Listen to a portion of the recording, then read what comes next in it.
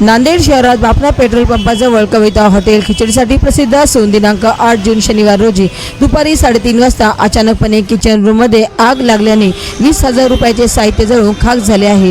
याबाबत सविस्तर माहिती अशी की कविता हॉटेल हे नाश्ता व खिचडीसाठी फेमस असल्यामुळे अनेक गाव खेड्यातील व शहरातील ग्राहकांची नेहमी वर्दळ असते।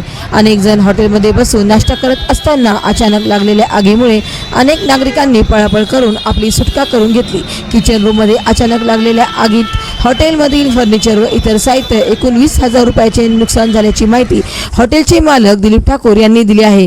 कविता हॉटेल पहिल्या मजल्यावर असून अचानकपणे आग लागल्याची माहिती अग्निशामक दलाला होताच त्यांनी तात्काळ घटनास्थळी दाखल होऊन आग आटोक्यात आणली। अग्निशामक दलाच्या प्रयत्नामुळे आग आटोक्यात आल्याची माहिती हॉटेल मालकांनी दिली आहे। महाराष्ट्र वाईब न्यूज प्रतिनिधी सखराम क्षीरसागर, नांदेड।